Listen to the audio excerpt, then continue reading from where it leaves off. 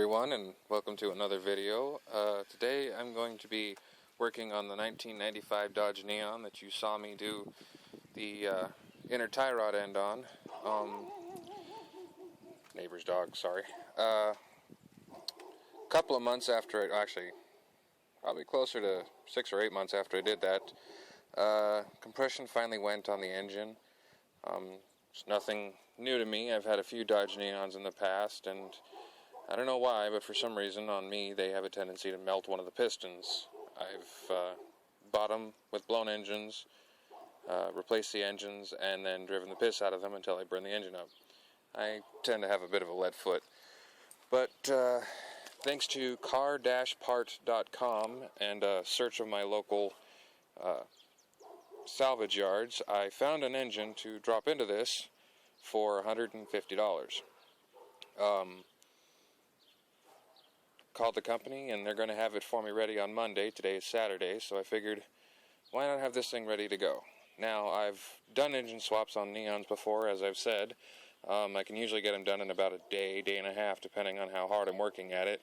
So I figure getting it out and ready to go, getting the engine compartment cleaned up, getting some things that need to be replaced before I get the new engine, the car will be more ready to go before I have to really worry about it. Now, obviously, you can see this thing has had some modifications before. Most of them are not done by me. The fuel pump, or the fuel injector wiring has obviously been chewed a little bit. The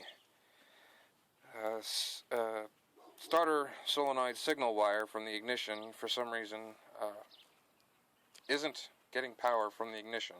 So I wired in a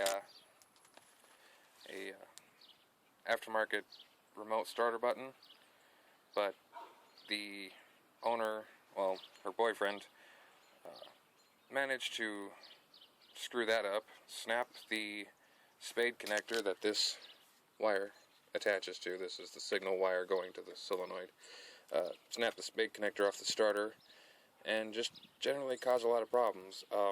He even broke the radiator, which I've already replaced. But for right now, the car is mine, and well, I want to drive it, so I'm going to fix it. Like I said, I'm taking this engine out, putting a new one in. Well, a different one. The thing with these engines is you can drop them out the bottom because the K-frame basically only exists on the back of the engine compartment, and if you take the radiator out and the stuff out the front of the engine, you can slip it out the bottom. That's probably what I'm going to end up doing.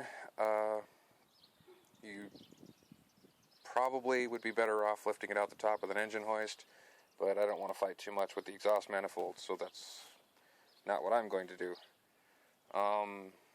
Most of the engine can be taken apart with a 8mm, 10mm, 13mm, 15mm, and then 18mm. Sockets and wrenches of various sizes. But it's not all that difficult, and I'll probably do a couple of updates as I strip the engine down and get it ready to pull out. But I guess this is just the start of the video, so if you're interested, stay tuned, I guess. Okay, first tip when working on a Neon that I got for you guys, after having done this a few times, is get the car in the air. Neons tend to sit really, really low in the front, and it's not fun to bend over all day, so I know that the passenger side tire needs to come off the front, so that side's on a jack stand. The driver's side, I have a car ramp. Now, this is not stable, this isn't exactly safe, but I will have the wheels chocked. But it gets the thing up in the air so that you can actually work on it without having to bend over all day, and you can get the fluids out and whatever else you have to do. It also helps when the engine is ready to be dropped out. Trust me, this can save your back. So, you don't have to get it this high, obviously. I'm probably, 3 feet higher than it normally would be at least. But if you're ever working on one of these cars, get it in the air. It really helps. Another quick tip for you guys. When you're draining fluids out of a vehicle and you're working on a concrete pad in your driveway or whatever, throw a piece of wood or cardboard under your drain pans. The drain pan will catch most of the fluids coming out, but it always does splatter. And depending on how high you are the vehicle or how high the flow rate is, it can certainly save you from getting kind of nasty. Trust me, it's a good help. Okay, here's an update. At this point, I've got the wiring harness and the fuel rail out of the way, taken the air intake off, well, the inlet tube off, moved the battery box out of the way, and by the way, this is one of the ways you can distinguish a 95 from a 96 and up.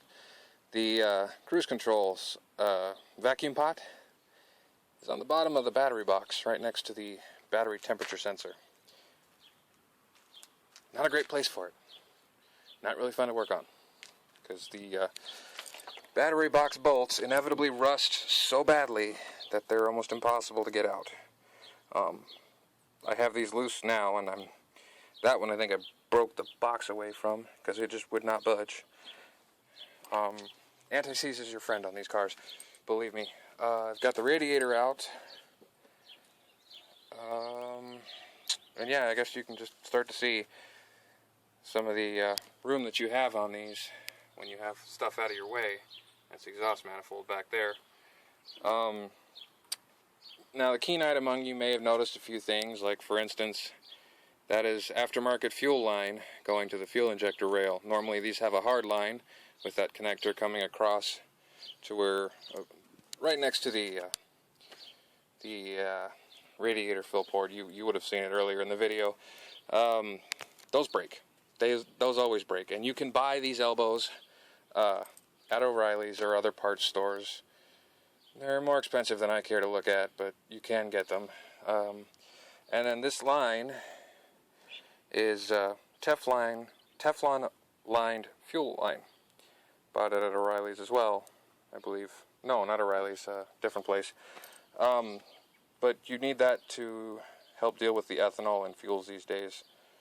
You probably also noticed that the engine is covered in a whole bunch of nastiness, and that's because it had oil leaks out the ass and power steering pump leak and just all sorts of problems that never really got addressed in time. Some of you more informed Neon owners, or at least Neon enthusiasts, will recognize the difference between a 95 and 96 and up Dodge Neon in the oil-air separator. Most vehicles will have a positive crankcase ventilation valve on the valve cover up here called a PCV. PCV for short. The 95 used a different design. It used an oil-air separator where the crankcase has this little plastic box here with kind of a filter material in it, and as pressure builds up inside the crankcase and the oil pan, that pressure and gas is allowed to vent up through here and back into the intake to burn off any oil fumes and keep the oil inside the engine. I don't know why Dodge and Mitsubishi decided to do this on the on the 420A engine, but they left the casting marks there and just went to a full-on PCV on the valve cover in later years. Another thing you might notice that's different is you have the manifold absolute pressure sensor and the manifold temperature sensor. Now, on later years, these are combined. I don't know why they did it separate on 95 and then just combine it later, but this is the only car I've ever had my hands on that's got them separate. And then another thing, the ground strap here. It's part of the wiring harness that goes to the battery and the starter. This is a known fail. This ground will rust out or come loose, and the car won't start, or it'll die, or just have all sorts of problems for seemingly no reason. Somebody decided to weld this on, so I can't take it off, so I'll just have to work around it. But it's another thing you might want to watch for when you're working on these. Now, some of you might have noticed that the intake tube on here isn't the right one for a 95. No, it's not. I took it off of a 96 because the one that was on here was broken and leaking air very badly, and it just happened to be on hand, so that's what I did. But yeah, this is a fairly easy car to work on. I believe the only tools that I've used so far are 10mm, 13mm, 15mm, pliers, flat tip, extensions, and a ratchet.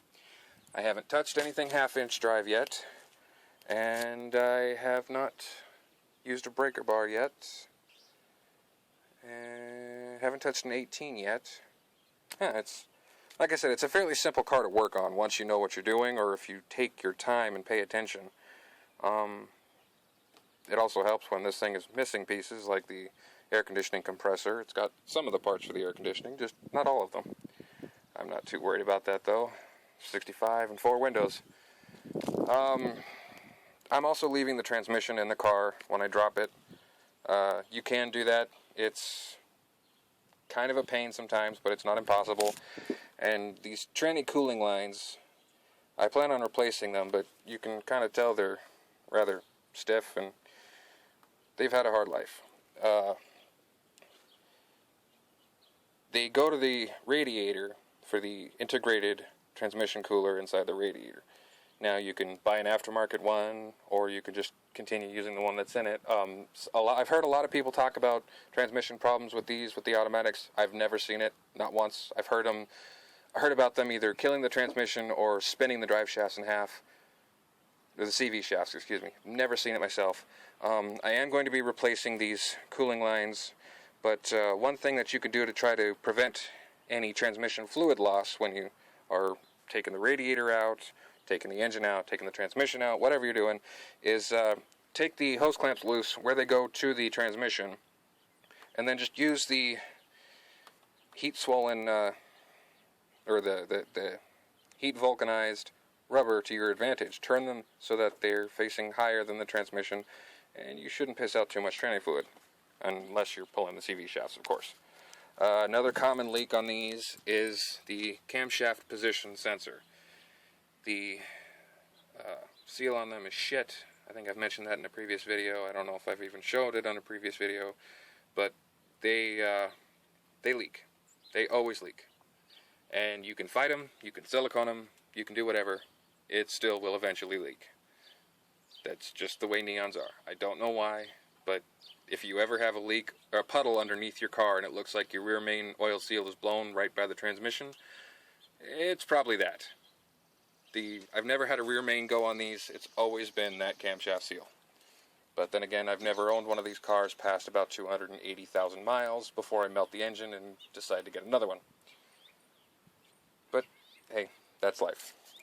Anyway, that's a few common things to know about Dodge Neons, as well as a few tips and how far I've come. So stay tuned for another update. They had to break out the wrenches, and probably not for what you might think. The power steering pump attaches to this bracket, also attaches to that bolt right there. That's a 15, and the bolts on the back of the power steering pump are 13s. The reason that you have to break out a wrench is because the gap back here, where the lower bolt goes for the power steering pump, the one that's used to help tension the belt, because you move the power steering pump up and down in this bracket to tension the power steering belt, and the AC belt, they're one and the same.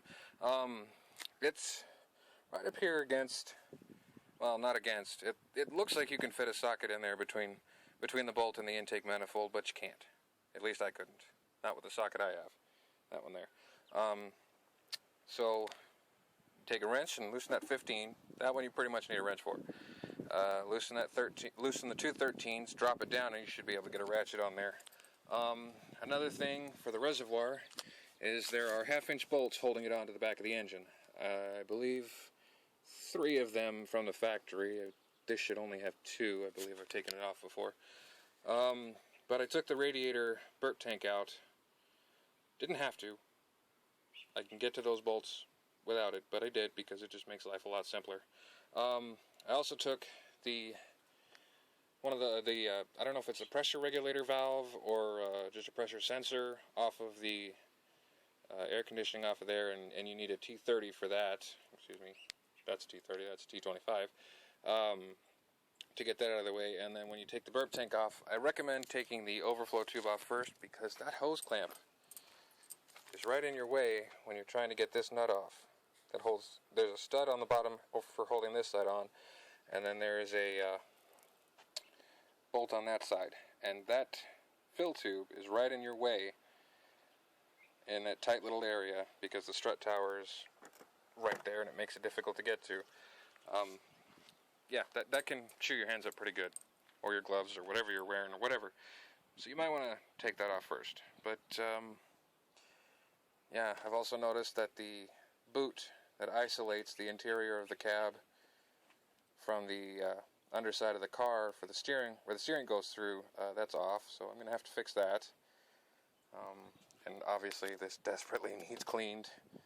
So I'll probably hit this with either some engine degreaser or a bucket of Dawn dish soap, a scrub brush, and a hell of a lot of elbow grease.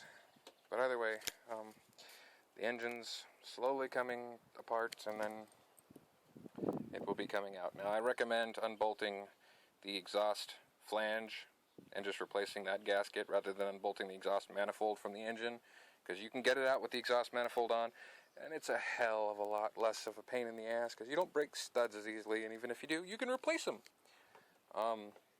And then, yeah, you can see the front of the engine with the intake manifold off, which is what I'm taking off next probably after I get the power steering loose. It does fit between that and the K-frame in the back. It's fairly simple. Take that engine mount off, this side engine mount off, and if you have a manual transmission, there'll be a strut back here to help deal with sudden accelerations.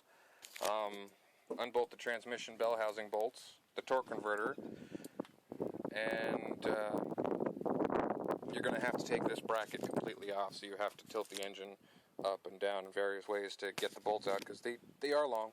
They go all the way through the timing cover, so they don't actually come out fully when the engine's sitting where it's supposed to. And then you get to play with a jack or an engine hoist and finagle it out. Like I said, you can lift it out the top, or you can drop it out the bottom, which is what I'm probably going to do. But yeah, it's coming along. I've spent maybe 2 hours on this at most, and that's including dealing with rain.